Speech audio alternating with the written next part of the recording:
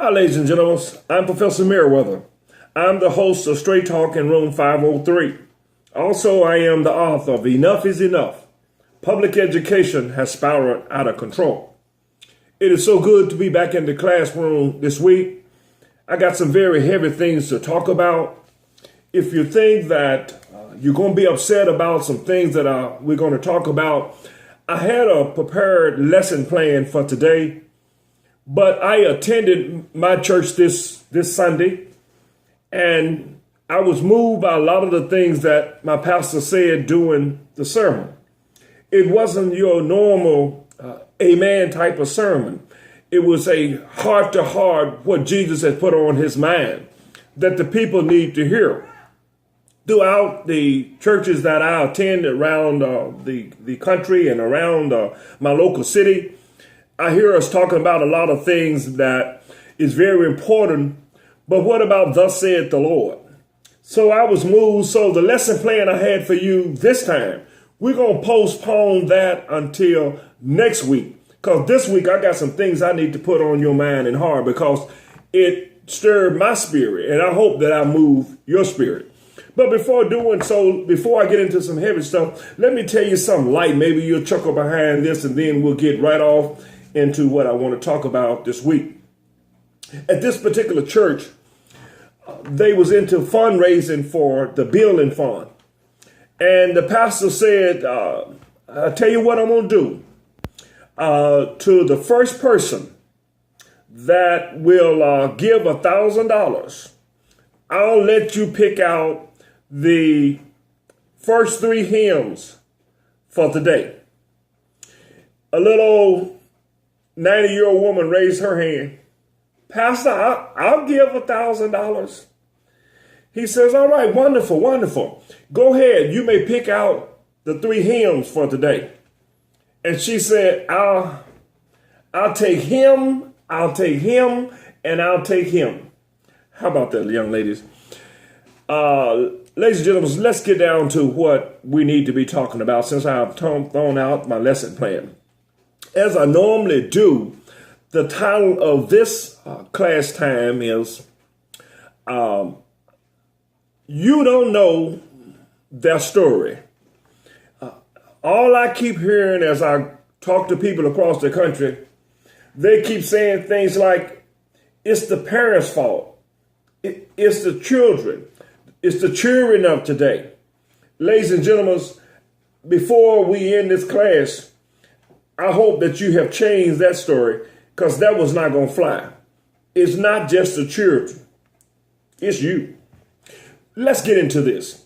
In my hometown, as I said, we have a academy, which, as I have told you in the past, is nothing but a private school inside a public school, paid for by taxpayers' dollars, paid for by the taxpayers of my hometown.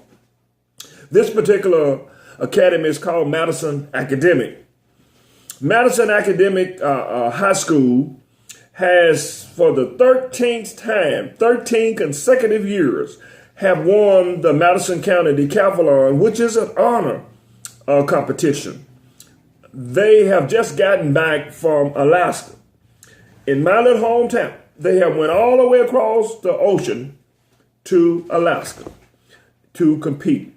I want you to hear this. Let me read it to you. I'm coming from our local Jackson Sun. That's the name of our little paper.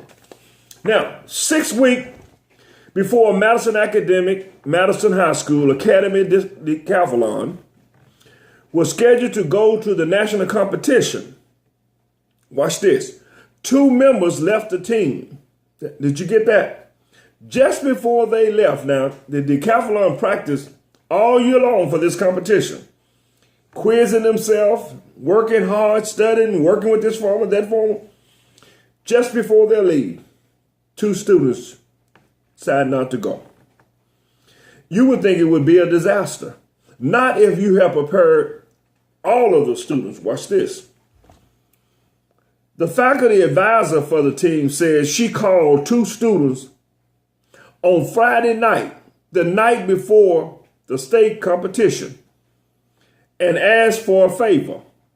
She needed them to fill in the last minute and go with the team to the competition. Now look how they're preparing these students in this private school inside a public school paid for by taxpayers' dollars. Saturday afternoon, the team was placed third in the national competition. Watch this here. The third place selection was also the 13th consecutive year Madison Academic was placed in the national competition. Excuse me, people. Watch what the advisor did. I never cried, but I cried today. I didn't cry because they got third. I cried because they got third. In that kind of churching, I was so proud of them. They had so many obstacles to overcome that third place felt like first. In private schools and in academies and in charter school, they teach them there are going to be obstacles in your path. And we're going to show you how to go over the hurdle. We're not going to have you just standing there saying, I can't go around, I can't go over. We're going to teach you how to do it. It's all in the mindset of the Board of Education, the principal and the teachers and the advisors and the counselors. That's what needs to happen. While you're sitting on the sideline, blaming the parents, blaming the school, it's not in the right neighborhood.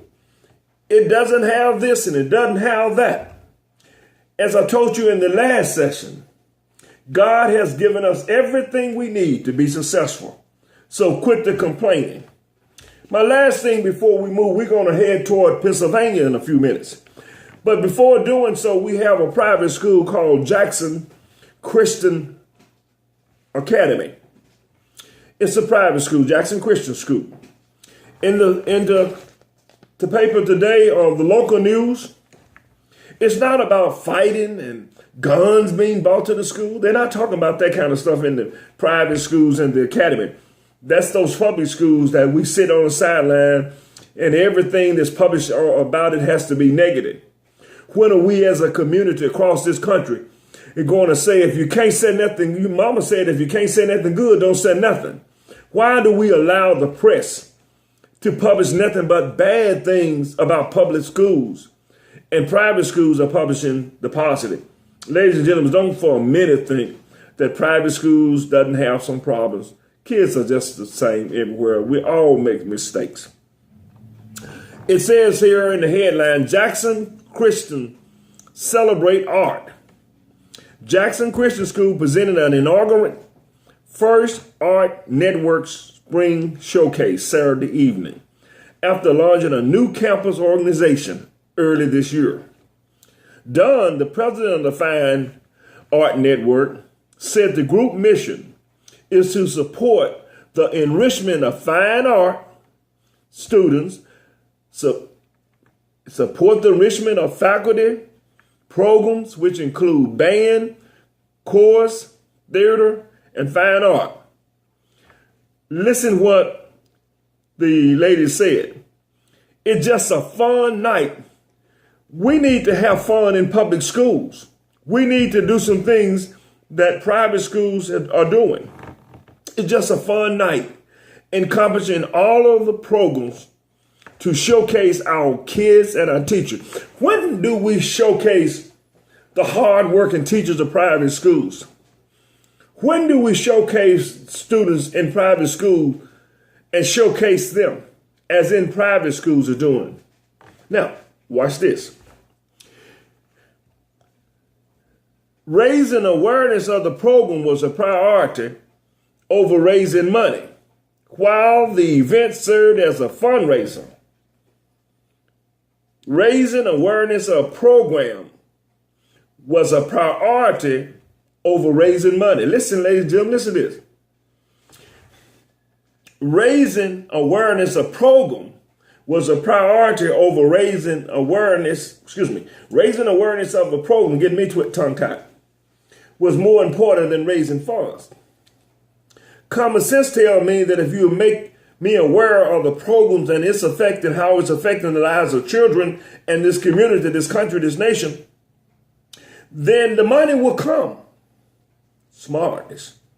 Nearly 400 guests, and this is not part of the school, nearly 400 guests came out for the show. Ladies and gentlemen, I haven't seen in my hometown, and you hadn't seen in your hometown either. 400 some people coming out for public education, unless they about to fire Mr. Billy for doing something wrong, or they talking about a film or something that shouldn't have been shown.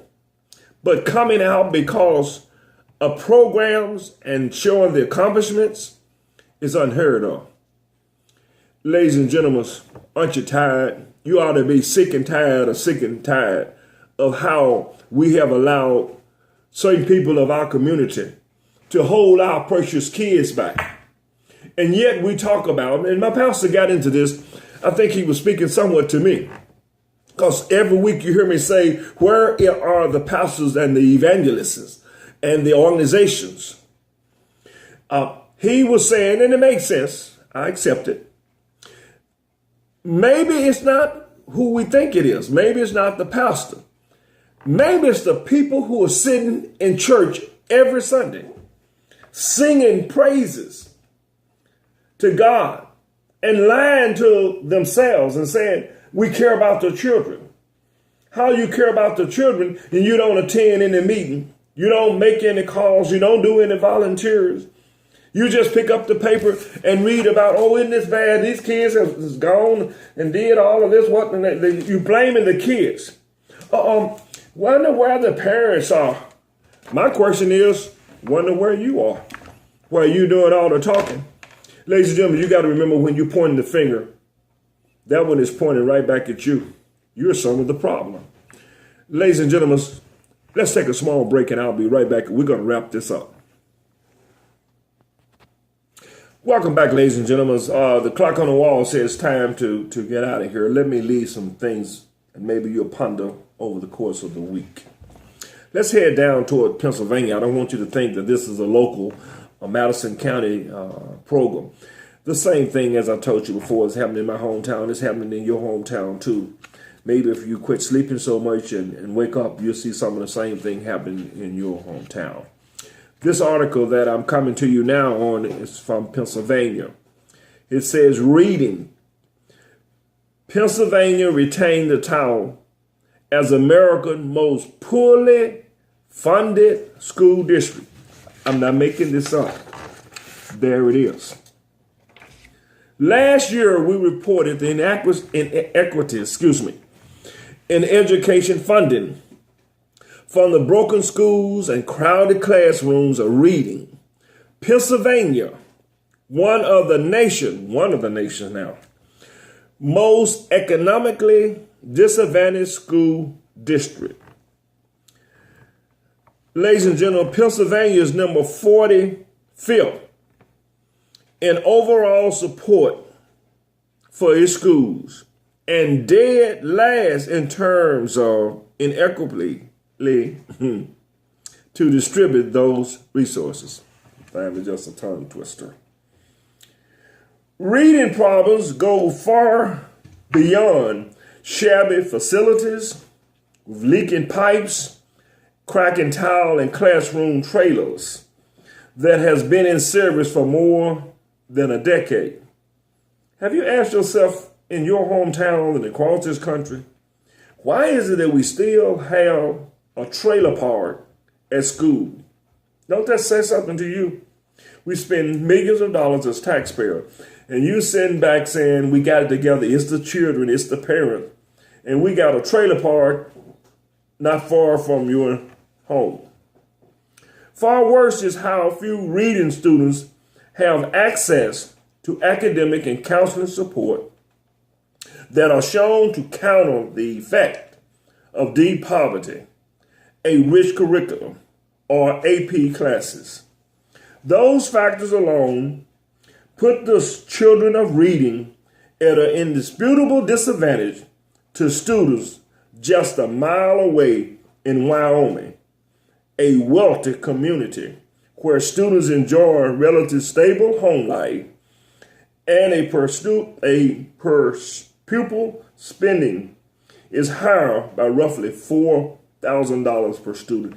Ladies and gentlemen, we're making difference in students across this country. Listen, Reading School District lost 200 educators. You hadn't heard of that in private schools and academies, have you? Including 120 support professionals in 2011 and 2012. When statewide funding plummeted about $1.1 billion under Governor Tom Corbett, C-O-R-B-E-T-T. Ladies and gentlemen, so much for that. Time on the clock on the wall said we got to run. We're just sitting aside and letting people do what they want to do. The last thing I want to talk about, this occurred this week. I'm steady reading and talking to people all over the country about public education, and they keep telling me about things, and I'm researching it and what have you. This article says, will Congress keep nutritional standards that makes schools meals healthy? I know you may not be able to see it, but here's a student here who is sitting here left home without having breakfast.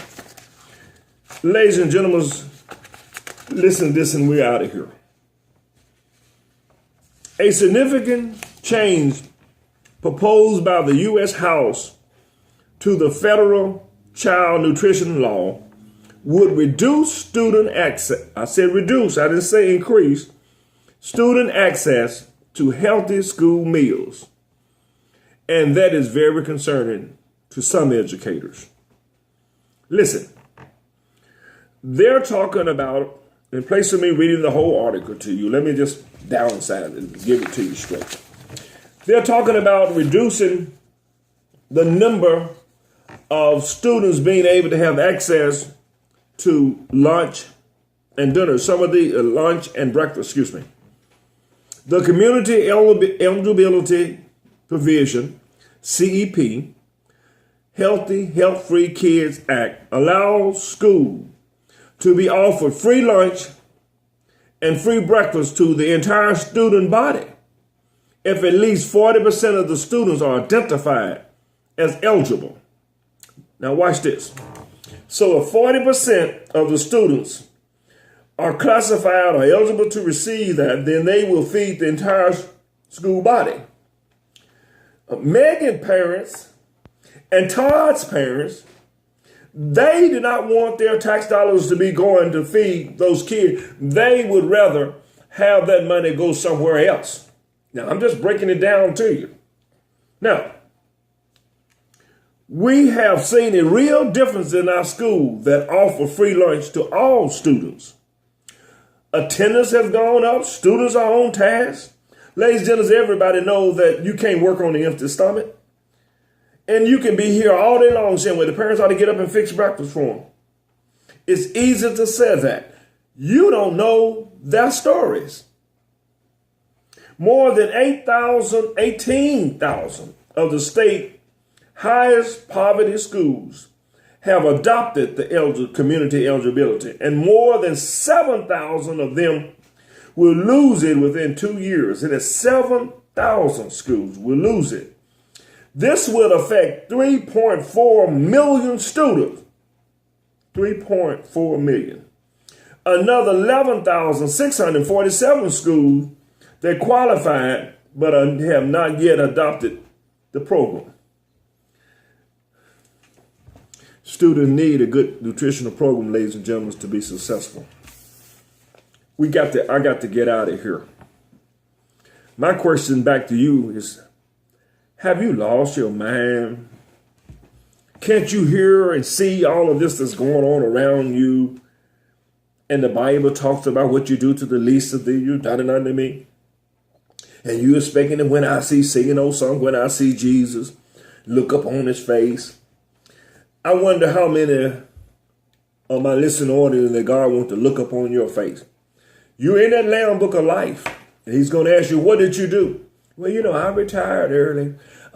We didn't live in those neighborhoods. All kind of excuses. Depart from me, you workers of iniquity. I know you not. Ladies and gentlemen, you hear people saying, well, I got mine, they get theirs. Isn't that stupid? You don't know their stories, and you don't know what people are going through. You don't know what Johnny is going through.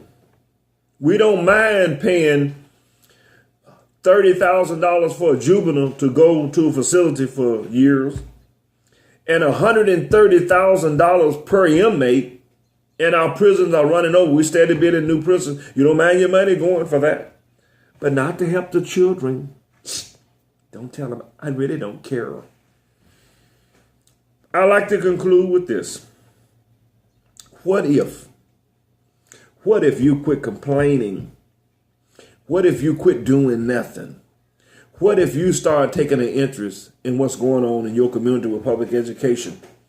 How possibly is crime going to get better and less kids are going to college? Less kids are even eligible to go to college because they're not learning a whole lot to be prepared. You got to do something. The last word I want to leave with you is nevertheless. Nevertheless, God is still watching. Nevertheless, people are still being blessed. Nevertheless. And if you are planning on making it into the kingdom of heaven, you're going to have to do something too, ladies and gentlemen. I refuse to live in my hometown and won't take a stance. I attended the NAACP meeting 2 weeks ago, and I stand up and made my voice known. I have called the superintendent. I've talked to board members.